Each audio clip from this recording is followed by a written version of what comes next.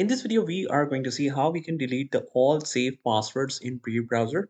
So what we can do if you have saved multiple passwords and you just want to keep your browser secured by just deleting that all from the memory, what we can do is just click on the three lines or the hamburger sign at the top right hand corner, and you just head over to the settings at the bottom, and then on the left hand side you will see this autofill and password suggestions.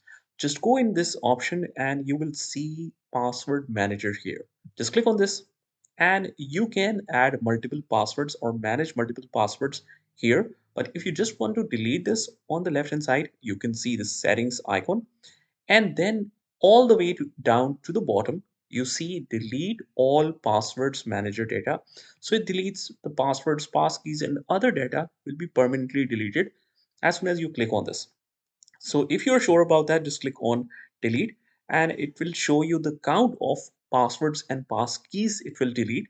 Since I have a brand new account on Brave browser and I'm also not logged in any personal account, as you can see here. So it doesn't show it, but otherwise you will see your number of passwords and passkeys. If you're sure about that, just click on delete and that's how you manage this.